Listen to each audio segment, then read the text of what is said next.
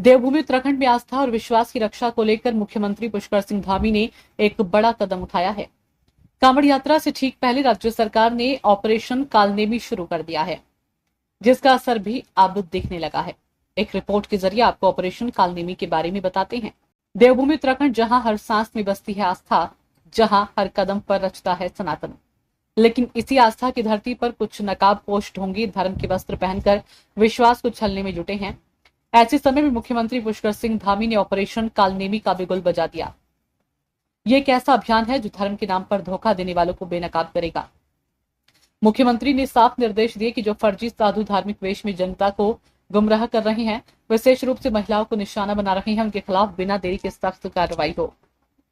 देखिए, बहुत पवित्र महीना श्रावण मास का प्रारंभ हो गया है और श्रावण मास में हमारे राज्य में यहाँ अनेक हमारे धार्मिक स्थल हैं, भगवान महादेव की धरती है।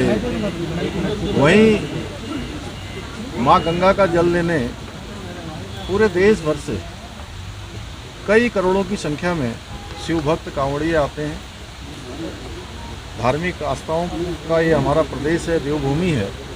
किसी की धार्मिक भावनाएं आहत न हो, सनातन को नुकसान न हो, छद्म वेश बदलकर जहाँ लोगों को धार्मिक उनकी भावनाएं आहत करने का काम करने वाले, इनको चिन्हित करने के लिए ऑपरेशन कालनेमी चलाया गया है।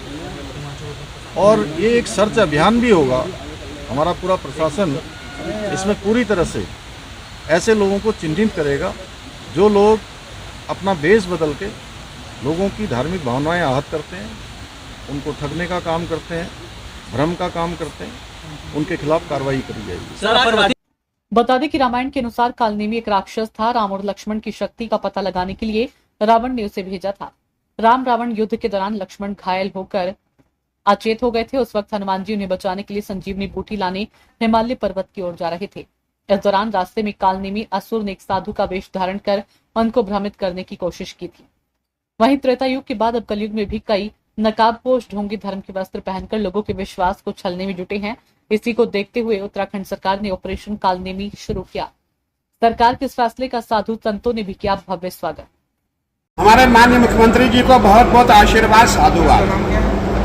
हमने देखा हमारे माननीय मुख्यमंत्री जी हिंदू हृदय सम्राट है और हमने पहली बार देखा जब हमारे माननीय मुख्यमंत्री जी ने डामकोठी में कावड़ियों को बुला करके उनका पूजन किया और हरिद्वार में नहीं, हरिद्वार से बाहर भी उनका हेलीकॉप्टर के द्वारा फूलों की वर्षा की। मेरा ये मानना कि ऐसे मुख्यमंत्री मिलना हमारे उत्तराखंड को दुर्लभ है, ना भूतो ना भविष्यति। और हमारे माननीय मुख्यमंत्री जी का विजन है इस समय जितने भी श्रद्धालु है, जितने कावड़ी है, उनके साथ कोई ऐसी घटना ना घटे जो अप्रिय हो।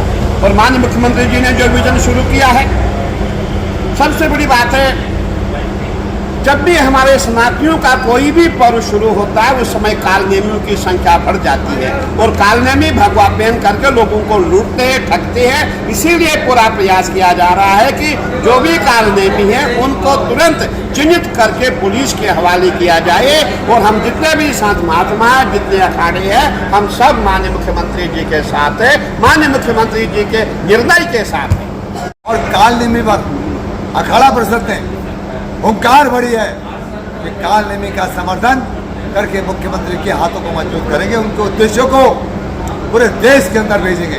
आज कालनेमी उत्तराखंड की बात नहीं, पूरे देश के अंदर कालनेमी अभियान चलना चाहिए। महाराज, आपको बता दें कि ऑपरेशन कालनेमी पर पुलिस प्रशासन ने कार्रवाई भी शुरू कर दी है। इसके तहत दून पुलिस ने विभिन्न थाना क्षेत्रों में पुलिस द्वारा साधु संतों के वेश में घूम रहे अन्य राज्यों के 20 से अधिक ढोंगी बाबाओं सहित कुल 25 ढोंगी बाबाओं को गिरफ्तार किया। देखिए, माननीय मुख्यमंत्री जी के निर्देश प्राप्त हुए थे कि ऑपरेशन कालनेमी को प्रारंभ किया गया, जिसमें इस तरह के ढोंगी बाबा जी को जिनको किसी तरह का कोई ज्ञान, धार्मिक ज्ञान नहीं है, वो यहाँ पर महिलाओं, बुजुर्गों या ऐसे युवाओं को ठगते हैं, जहाँ पर वो उनको अपने वश में करके उनसे कहीं ना कहीं अनैतिक रूप से दबाव डालकर, उनको डराकर, उनको धार्मिक रूप से कहीं ना कहीं परेशान करके उनको और उसके बाद पैसे ठगते। इस तरह की शिकायतें कुछ माननीय सीएम पोर्टल पर भी प्राप्त हुई थी और कुछ अन्य जगहों से प्राप्त हुई थी, जिसको देखते हुए निर्देश प्राप्त हुए थे। आज राजधानी में इसलिए विभिन्न टीमों को बनाकर ऐसे गोपनीय स्थानों पर जहां इस तरह के बाबा, ढोंगी बाबा जो बनके लोगों को ठगते हैं या रुकते हैं, उन जगहों पर टीमों ने सर्च ऑपरेशन किया था। और इसमें सबसे बड़ी ब्रेक थ्रू अभी जो मिली है पुलिस को, इसमें थाना सहसपुर क्षेत्र से मिली है, जहां पर एक बांग्लादेशी जो छदम बेस में जो यहाँ पर बाबा बन के रह रहा था, जिसका नाम पूरी अभी एजेंसी से इंट्रोगेशन, ज्वाइंट इंट्रोगेशन में पता चला है कि रकम इसका नाम है, जो टंगाइल जिला जो ढाका के पास है, वहां से ये चोरी छिपे 6-7 महीने पहले विभिन्न स्थानों से होते देहरादून पहुंचा था और कुछ समय से यहाँ पर सक्रिय होकर छदम बेस में लोगों को ठगने का प्रयास कर रहा था।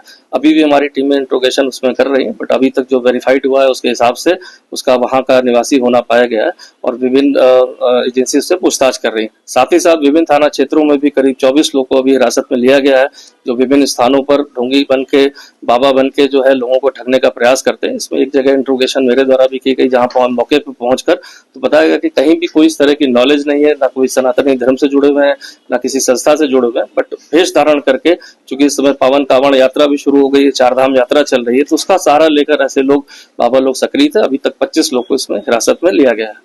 कुल मिलाकर ऑपरेशन कालनेमी न केवल उत्तराखंड में आस्था के नाम पर चल रहे पाखंड पर प्रहार है, बल्कि संदेश भी है कि देवभूमि में अब धर्म का अपमान नहीं सहा जाएगा। इस फैसले ने एक बार फिर मुख्यमंत्री पुष्कर सिंह धामी को उस धार्मिक नेतृत्वकर्ता के रूप में स्थापित किया, जो आस्था की रक्षा के लिए न सिर्फ सजग है, बल्कि निर्णायक भी है। कांवड़ यात्रा से ठीक पहले लिया गया ये फैसला श्रद्धालु में विश्वास और सरकार की प्रतिबद्धता को और मजबूत करता है।